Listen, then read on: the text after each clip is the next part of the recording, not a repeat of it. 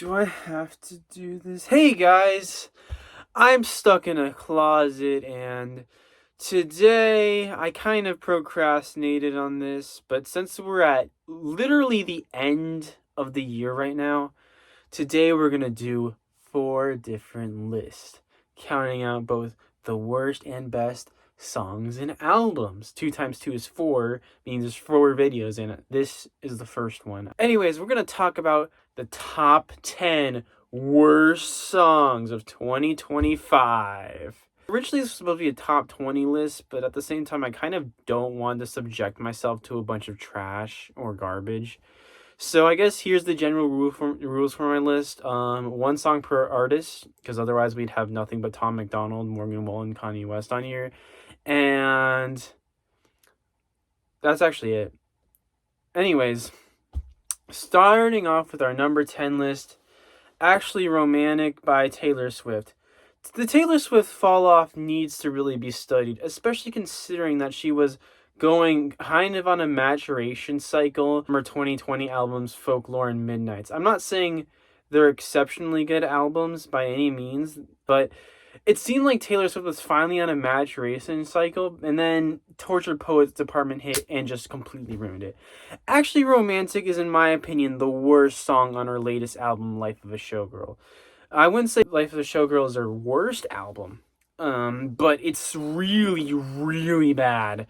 And this is by far the worst example of this. This is just an absolute awkward piece of garbage about just being a spoiled little brat, wanting guys to give money to you for no reason, and the production is just as annoying, tacky, overproduced bullcrap as usual.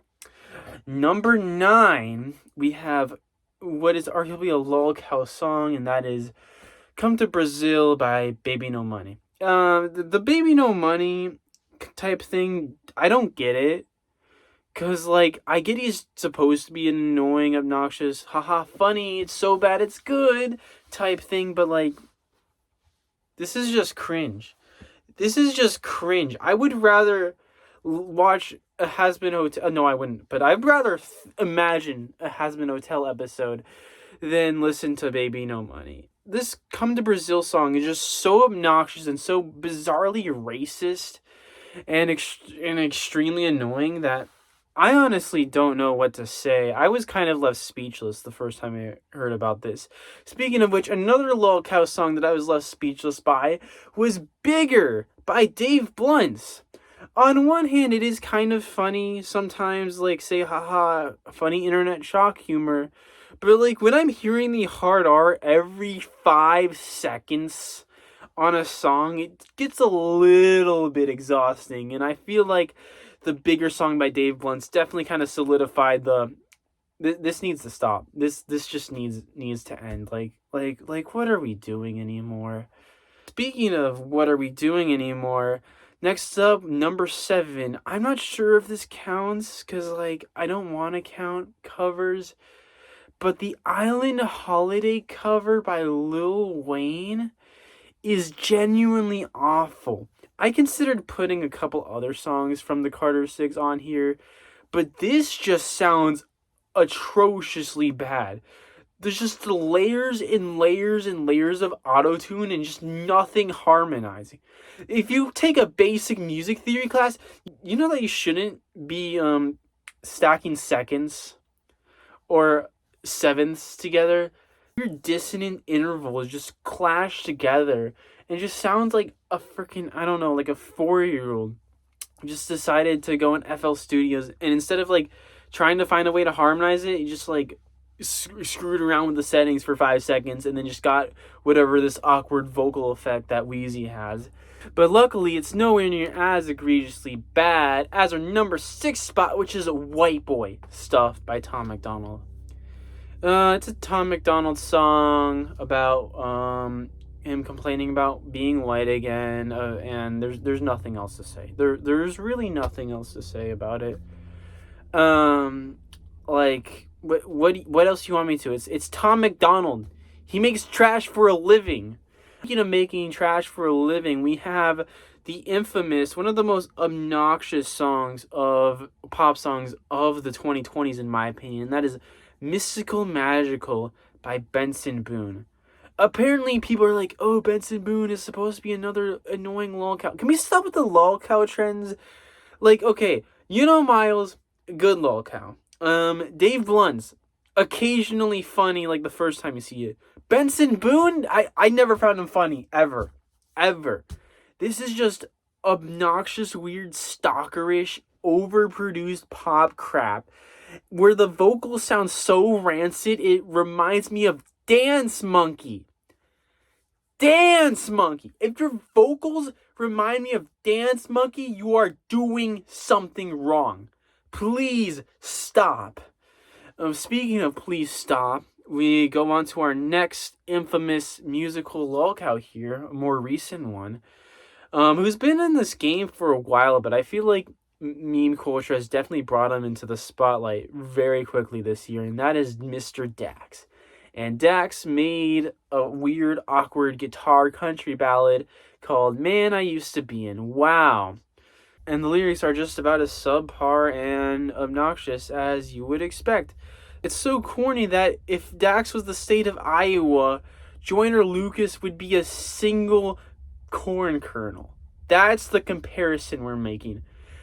Joyner Lucas could never, ever be as corny as Dax, and this song definitely just solidifies it to me. But speaking of being corny, awkward, obnoxious, we get to another infamously bad artist, and that is Morgan Wallen, If You Were Mine. I get there's probably objectively worse songs on his latest album, I'm the Problem. Miami probably is objectively worse than If You Were Mine. But this is just feels almost personal to me. Almost personally awful to me. Because guess what? There's a song by Seikara Orchestral that came out in 2021 by the exact same name. And it's one of my favorite modern neoclassical pieces of music of all time. Why are you doing this to me, Morgan Wallen? But yeah, this is about this awkward country pop song about kind of obsessing over a girl in the bar. Wow, I love that. Isn't that a great message? Wow, isn't that a great message? And to think this is only number 3. Number 2, Fear by NF. Now, I didn't think it could be possible for NF to stoop even lower, but somehow he made this awkward pop song that makes the AJR living room sound like a radio hit. Every song on AJR's living room is better than Fear by NF. This is just, I don't even know, this is like overproduced Imagine Dragons just like having like a brain aneurysm. That's the best way to describe this song. I don't know. This is bad. This is terrible. And now, to think, we have one more song that is even worse than Fear by NF. And I think I knew you knew what was coming. Cousins by Kanye West. I considered putting World War III, but I found some of the lyrics funny. But this is just, I don't know what to say. Kanye is not washed. He's drowning in the Pacific Ocean. And this song is quite literally digging his own grave with this awkward, overproduced AI vocals about him giving his cousin head. Like, there's ways to depict your childhood trauma, sure, but this is just not that at all. And of course, the freaking Dave Blunt's production comes in with this awkward, overly clingy, as long as you don't leave me. Oh, the night that you left me, I took 10 perks. This is just awkward, clingy, like, I can only imagine a girl listening to this and just hearing these kind of lyrics. I don't know anymore what to say.